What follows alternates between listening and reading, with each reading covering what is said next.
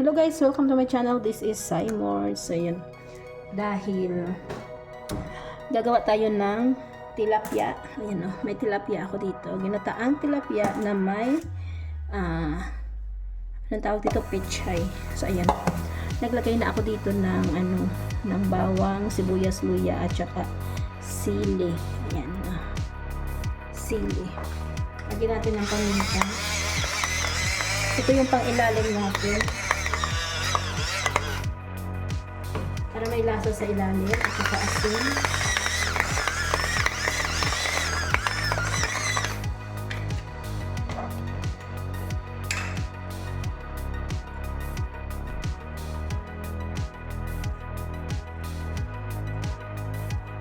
Tsaka magic sarap. Ayan.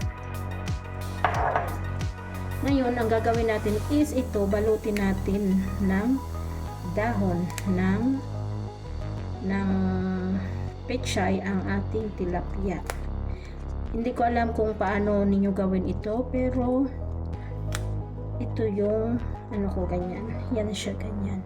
Tapos ilalagay natin yung tilapia dito sa loob at saka ganyanin natin, no? Kung siguro nagluluto na rin kayo nito, pero ganyan siya. Tapos, hindi siya kasya, lagyan ko pa siya ng another dito sa ilalim para yung marami kasi akong dahon ng pechay. Ayan, binalot ko siya ng balot na balot. Balot na balot. Nilagyan na natin ng asin ang ating isda para may lasa siya sa loob. Ayan. Ganyan lang siya. So, lagyan natin dyan.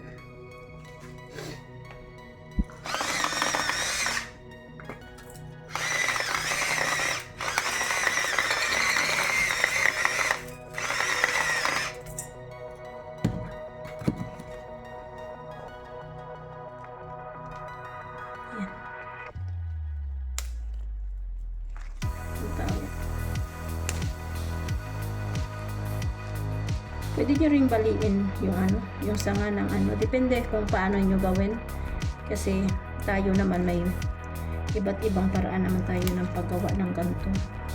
Kasi yung ko tilapia is pinahiwa ko siya para isang piraso lang yung binili ko kasi ako lang naman yung kakain.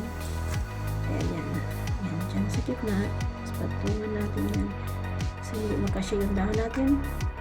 Kuha tayo ng another dahon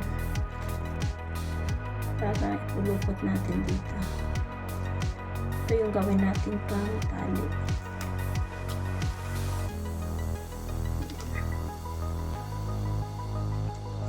Nakakamiss kumain ng ganito, lalo yung sa probinsya ka.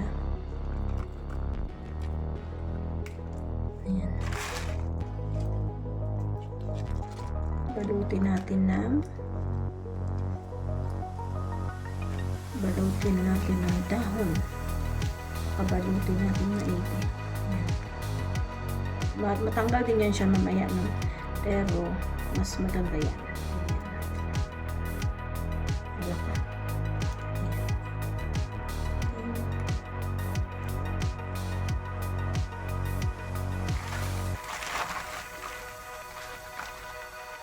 Ito, tanggalin ko na lang.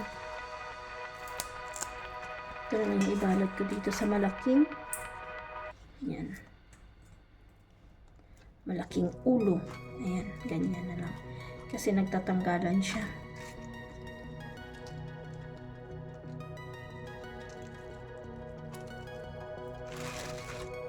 Tapos yung the rest ng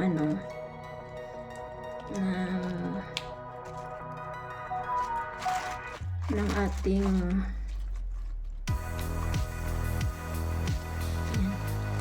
gawa na lang natin ng paraan para makover siya, makover ang tilapia,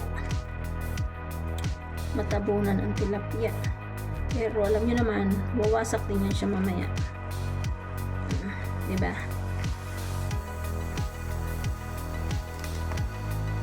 Ayan.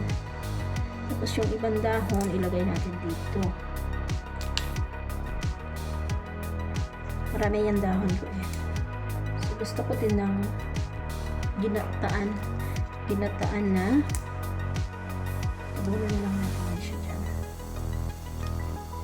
Ginataan na pechay. Para mayroon tayong gulay mamaya. Marami tayong gulay. So, yung yan. Diba? Hindi na nakita yung isda. Hindi na nakita ang isda. Puno tayo ng gulay. Lahat ko itong gulay kasi ayaw ko magtira. Lahat. Lagyan na natin ito.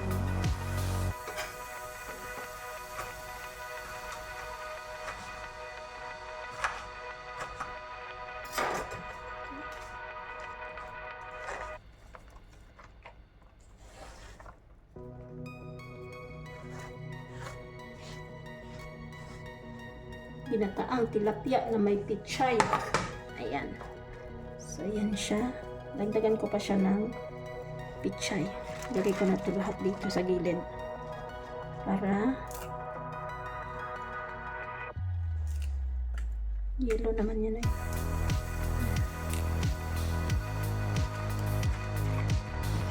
Dali lang siya maluto ang pichay. Ganyan lang. Pag dito ka sa Hong Kong, para-paraan ng pagluto. Hindi natin kailangan ng madaming kaartihan. Pero wala naman akong amo, kaya okay lang magtagal ako magluto. Pero gusto ko yung ganyan. Kakamiss kumain ng ganito. Ayan. O, diba? So, ayan. Lagayan ko siya ng gata. Madali lang maluto ito, kaya gata na ang nilagay ko para diretso. Hindi ko na kailangan ng na natin lagyan ng tubig kasi magagata yan siya. Magagata din yan siya, di ba? Tapos lagyan natin ng asin ulit.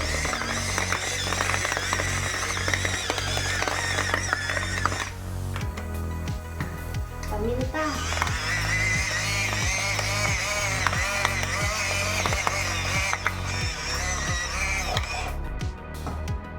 At magic sarap. Ayan, diba?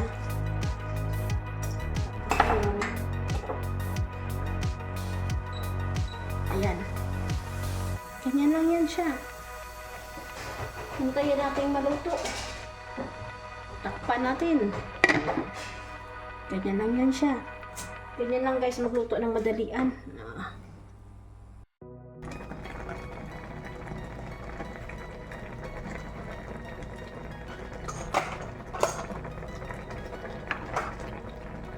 Diba? Kulo-kulo na sa sariling gata. Bango niya ay lagyan ko pa ito ng turmeric. Lagyan natin ng turmeric powder para maging pasarap.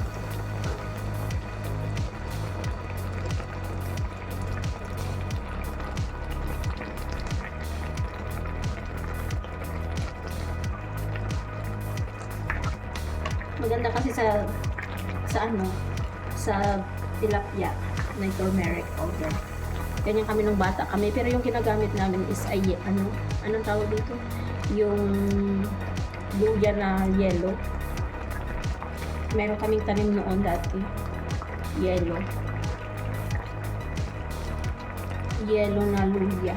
Tama ba yun? Or yun na rin siguro ang turmeric siguro. English lang ng turmeric sa luya na tilapia. Kuluin lang natin ang pakuluin ito. Diba? Ang bango-bango niya. My goodness. Ang rice ko pa naman ngayon, tig-isang bowl na lang. Isang Chinese bowl na maliit. Hindi na po na.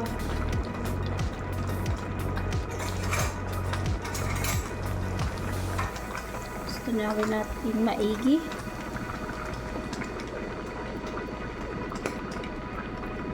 Naalala ko noon, tapos yung yung hito hito at dalag. Yan, marami. Kumakain kami niyan. Yan ang ulam namin lagi. Lalo pa pag nagbaha. So, nagbaha yung pag-ulan, tapos ulan. Mayroong tangke sa amin, irrigation ng tubig. Tangke ang tawag. Tapos maraming tilapia doon. Maraming tilapia. At saka hito. Yan, marami doon kami. Pakuluan lang natin mabuti.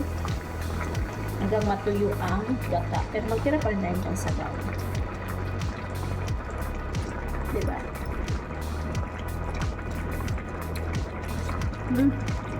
Sarap. Ito yung gusto ko.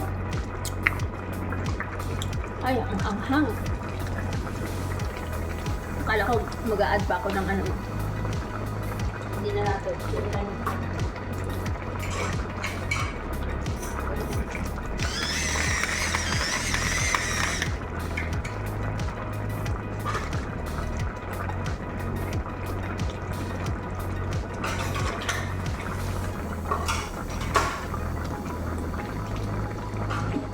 Diba? Pero, nagluto ako ng ulam, wala pa ako sinain. No, diba? San ka pa? Late yung sinain ko. Sakto lang yan. Pakuluin natin mabuti. Ayan, oh, sarap talaga dito talaga to. Sarap talaga yung tawag dito ng pichay. Patulit natin para kumulo.